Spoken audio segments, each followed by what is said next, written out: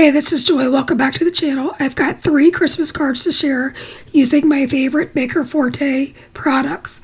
I start out with the Christ in Christmas stamp set, the Christmas Naturally stencil, and some Color Hive inks in the colors of Snow Flurries, Everglades, Flat White, Independence, and Eclipse Black. Using the Eclipse Black ink, I stamped down the Merry Christmas sentiment onto 3 different cardstocks, one being white and 2 other panels being the cappuccino from Maker Forte. Using my ink smushing tool, I put down an even amount of pressure so that I get a good impression, and then from there I bring out my clear embossing powder, which is a fine detail powder, and I apply that to all 3 panels and make sure that I get a nice covering of that so that I can then stencil over it eventually. I use my Wagner heat tool to melt the powder, which is my tool of choice, but you can use whatever one you use. For the first card panel, I am using the cappuccino cardstock and the Independence Color Hive ink. I chose to use a fine detail application brush, and what I'm doing is I'm just going in and inking up all of the berries and any of the other little kind of dots or speckles in the stencil. And I just do this just to add color to this.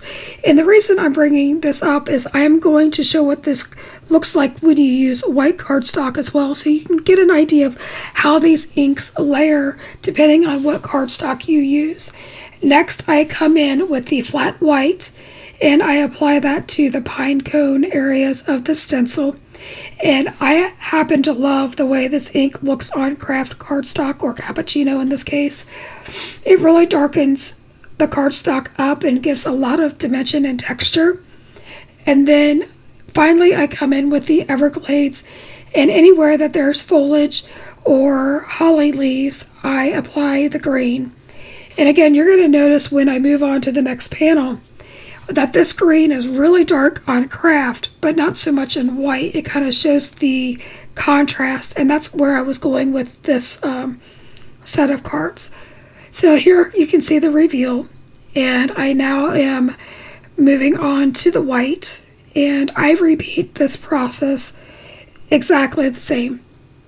I put the stencil on top of the stamped panel, and I'm not really worried about any ink smearing because this is an embossed sentiment, so your block isn't going to run. You're not going to have to worry about that.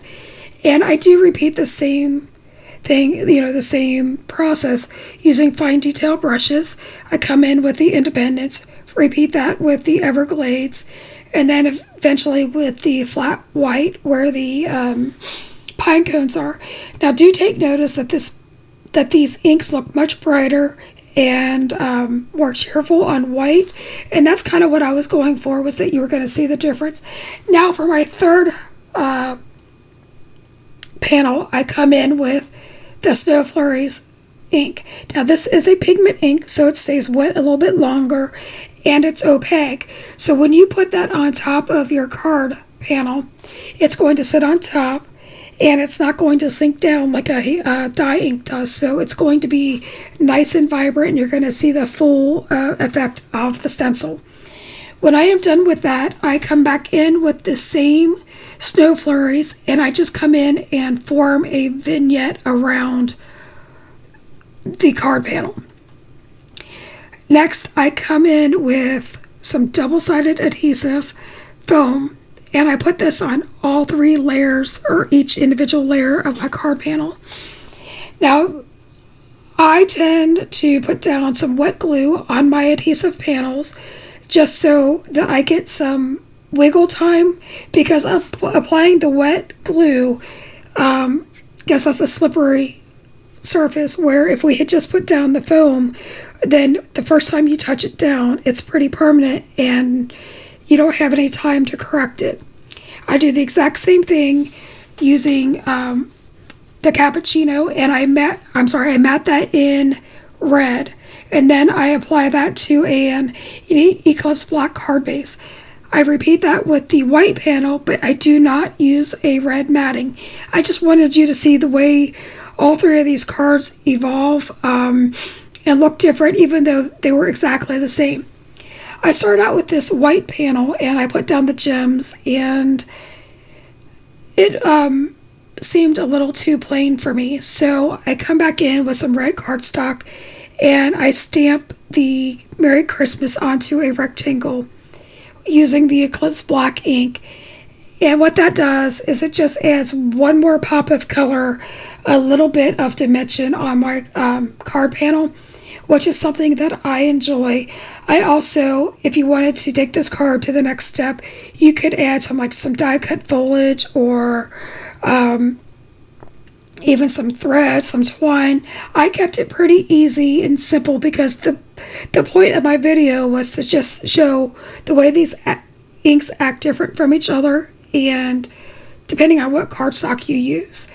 I did embellish the first two cards with some gold baubles from my stash. You could use the gold crown jewels from Maker Forte. Now for this last panel, being the cappuccino and the white snow flurries ink, I came in with some white iridescent gems, and every place that you saw berries, I put some glue down, and I am putting different sized gems in there. So on the first two panels, I kind of put them sporadic, but this time I put them where the stenciled berries are. Here are some last looks at my cards. If you like this video and if you learned something, give me a thumbs up.